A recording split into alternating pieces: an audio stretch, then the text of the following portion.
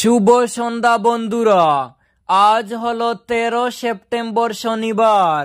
আজকের সন্ধ্যার অসম তথা সমগ্র বরাক উপত্যকার বিশেষ বিশেষ খবরগুলি হলো: পাতা বাবার প্রসাদ বিতরণে দুর্ঘটনা। রামকৃষ্ণনগর বিধানসভা কেন্দ্রের গড়েরবন্দ এলাকায় শনিবার পাতা বাবা অর্থাৎ সত্যবাবু সিনহার প্রসাদ বিতরণের সময় ঘটে গেল এক বড়সড় দুর্ঘটনা। প্রতিদিন দূর দূরান্ত থেকে বহু মানুষ তার দর্শনে আসেন। অনেকের বিশ্বাস পাতা বাবার দর্শনে অসুস্থতা দূর হয়, আবার অনেকের মতে এতে ভাগ্য সুপ্রসন্ন হয়। সেই কারণেই হাজার হাজার মানুষ তার প্রসাদ সংগ্রহ করতে ভিড় জমান। শনিবারও ভিড় উপচে পড়ে পাতা বাবার দরবারে। হঠাৎই শুরু হয় ঠেলাঠেলি, আর সেই ভিড়ের চাপে গুরুতর আহত হন এক বয়স্ক মহিলা ও এক শিশু কন্যা।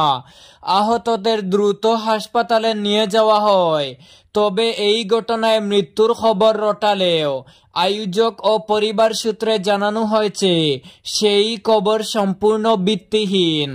ঘটনার পরপরই পাতা বাবা সাময়িকভাবে প্রসাদ বিতরণ বন্ধ রাখেন। হঠাৎ ঘটে যাওয়া এই দুর্ঘটনায় এলাকায় শোকের ছায়া নেমে এলেও ভক্তদের বিশ্বাস ও আস্থা অটুট রয়েছে পাতা বাবাকে ঘিরে।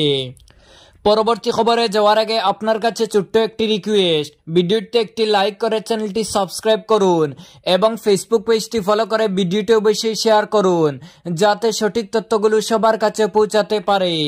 নাম বদল করে ভিন ধর্মের যুবতীর সঙ্গে ঘনিষ্ঠতা, উত্তম মাধ্যম দিয়ে পুলিশে দিলেন স্থানীয়রা।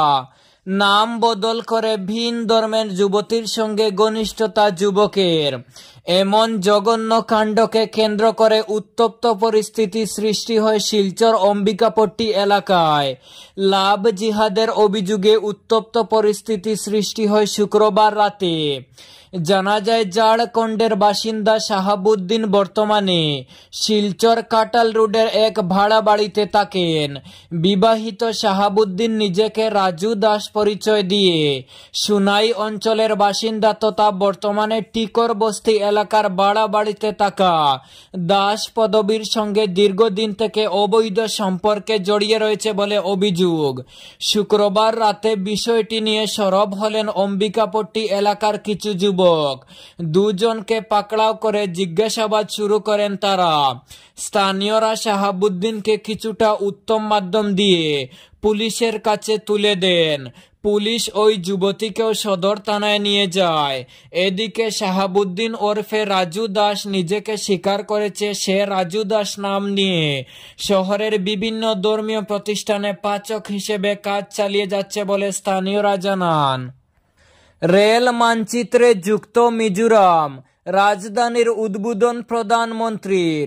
শনিবার মিজোরামে উপস্থিত হন প্রধানমন্ত্রী নরেন্দ্র মোদী। প্রথমবারের মতো মিজোরামকে ভারতীয় রেল নেটওয়ার্কের সঙ্গে যুক্ত করা বৈরবী থেকে সাইরং নতুন রেল লাইন উদ্বোধন করেন প্রধানমন্ত্রী মোদী।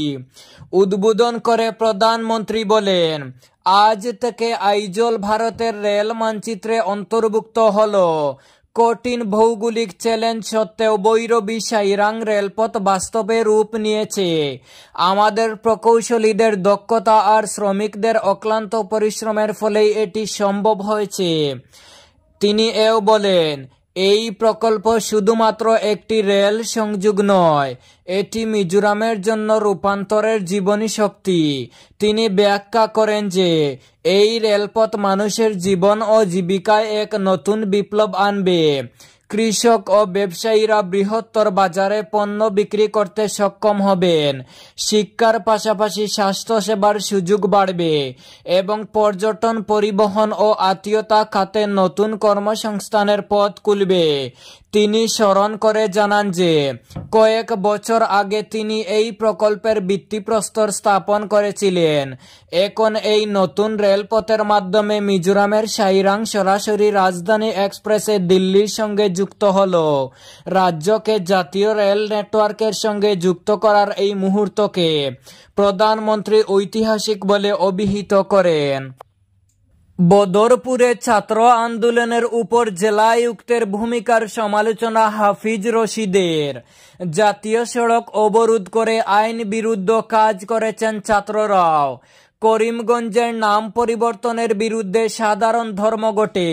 বদরপুরে ছাত্র আন্দোলনের বিরুদ্ধে জেলা আয়ুক্ত প্রদীপ কুমার দ্বিবেদীর ভূমিকা নিয়ে তীব্র সমালোচনার পাশাপাশি জেলা আয়ুক্তের বদলির দাবি জানান প্রদেশ কংগ্রেস সহসভাপতি তথা বরিষ্ঠ আইনজীবী হাফিজ রশিদ আহমদ চৌধুরী। করিমগঞ্জের নাম পরিবর্তন, শহরের রাস্তাঘাট, নাগরিকত্ব সহ বিভিন্ন বিষয় নিয়ে শুক্রবার জেলা কংগ্রেস ভবনে এক সভার আয়োজন করা হয়। সেই সভায় কিছু সিদ্ধান্ত গ্রহণ করা হয়। এদিনের সভায় মধ্যমণি ছিলেন প্রদেশ কংগ্রেস সহসভাপতি তথা বরিষ্ঠ আইনজীবী হাফিজ রশিদ আহমদ চৌধুরী। তিনি সবাই কিছু প্রস্তাব দাখিল করেন। সেই সম্বন্ধে তিনি বলেন, করিমগঞ্জের নাগরিকদের সঙ্গে জড়িত কিছু বিষয় এবং রাজনৈতিক দলের বিষয় নিয়ে কিছু আলোচনা হয়েছে। মূলত দুটি বিষয় নিয়ে লিগ্যাল সেলের উপর সেই দায়িত্ব দেওয়া হয়েছে। একটি হচ্ছে করিমগঞ্জের রাস্তার বিষয় নিয়ে PIL ফাইল করা যায় কিনা। যদি শহরের বিশিষ্ট নাগরিকদের নিয়ে নাগরিক সভা সহমত প্রকাশ করেন তাহলে PIL করার দায়িত্ব আমার। আমি সব ব্যবস্থা করব। করিমগঞ্জ শহরের রাস্তার অবস্থা বেহাল, যানবাহন চলাচলের কোনো উপযোগী রাস্তা নেই। এছাড়া আরও অন্যান্য যেসব সমস্যা রয়েছে সেগুলো নিয়েও আলোচনা করা হবে নাগরিক সভায়। এর জন্য জেলা কংগ্রেস সভাপতি তাপস পুরকায়স্থের নেতৃত্বে ও আইনজীবী জ্যোতিষ পুরকায়স্থ মিলে দিনক্ষণ ঠিক করবেন। এছাড়া কিছু রাজনৈতিক দলের বিষয় নিয়ে লিগ্যাল সেলে আলোচনা করার এক সিদ্ধান্ত নেওয়া হবে।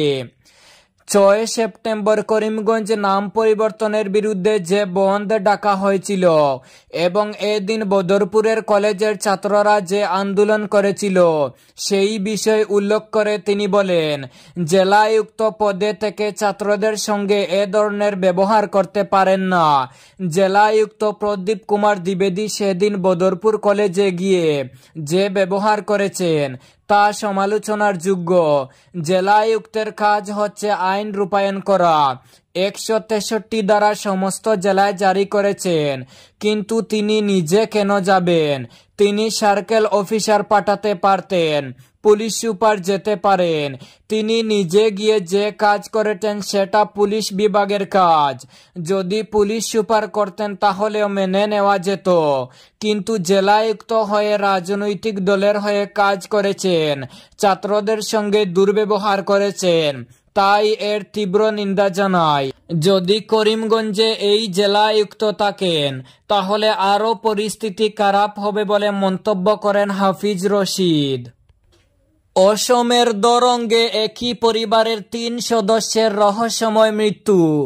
গড় থেকে দেহ উদ্ধার, 2 টুকরো করা হয় নাবালককে। দরঙ্গে এক পরিবারের 3 সদস্যের দেহ উদ্ধারের ঘটনায় হুলস্থুল পড়ে গিয়েছে। শিপাজড় থানা এলাকার নারিকালী মন্দির সংলগ্ন এলাকায় একটি বাড়ি থেকে 3 জনের দেহ উদ্ধার হয়েছে। পুলিশ জানিয়েছে মৃতরা হলেন দীপক নাথ, তার স্ত্রী প্রতিমা এবং পুত্র ধৃতিরাজ। পুলিশ সূত্রে জানা গেছে দীপকের দেহ উদ্ধার হয় বাড়ির পাঁচিলের কাছে। তার দেহে কোনো আঘাতের চিহ্ন মেলেনি। দীপকের স্ত্রীর দেহ উদ্ধার হয়েছে ঘরের ভিতরে। তার গলার নলি কাটা ছিল। তাদের 13 বছরের পুত্র ধৃতিরাজের দেহ গড় থেকে উদ্ধার হয়েছে। তার দেহ 2 টুকরো অবস্থায় উদ্ধার হয়েছে। এমন দৃশ্য দেখে শিউরে উঠেছেন এলাকাবাসীরা।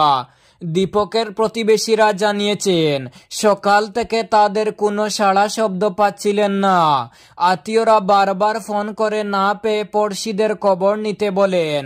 তখন পড়শিদের একজন দীপকের বাড়িতে ঢুকতেই আতঙ্কে উঠেন। দেখেন বাড়ির পাঁচলের গা ছেড়ে পড়ে রয়েছেন দীপক। তখন ওই পড়শি আশপাশের লোকজনকে ডাকেন। ঘরে ঢুকতেই তারা দেখেন দীপকের স্ত্রী এবং পুত্রের দেহ পড়ে রয়েছে। খবর দেওয়া হয় পুলিশে। দরঙ্গের অতিরিক্ত পুলিশ সুপার রুজি তালুকদার জানিয়েছেন, দীপকের আত্মীয়রা বৃহস্পতিবার সন্ধ্যায় তাদের দেহ দেখতে পান। প্রাথমিকভাবে মনে করা হচ্ছে দীপকের স্ত্রী এবং পুত্রকে ধারালো অস্ত্র দিয়ে খুন করা হয়েছে। শুধু দিল্লি নয়, সারা দেশেই নিষিদ্ধ হওয়া উচিত শব্দবাজি, মন্তব্য সুপ্রিম কোর্টের।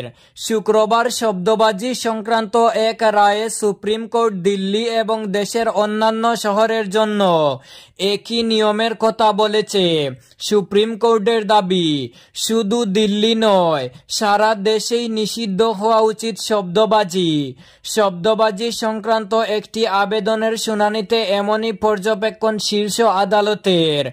দিল্লি এনসিআর অঞ্চলে বাজি বিক্রি, সংরক্ষণ, পরিবহন এবং উৎপাদন নিষিদ্ধ করার নির্দেশ দেয় দিল্লি হাইকোর্ট। 3 এপ্রিলের সেই নির্দেশের বিরুদ্ধে সুপ্রিম কোর্টের দ্বারস্থ হন বাজি নির্মাতারা। তাদের দাবি, এই শিল্পের সঙ্গে অনেক পরিবার জড়িত, যাদের উপর এই সিদ্ধান্ত প্রভাব ফেলছে। এদিন সেই মামলার শুনানির সময়ই শীর্ষ আদালত এই মন্তব্য করে।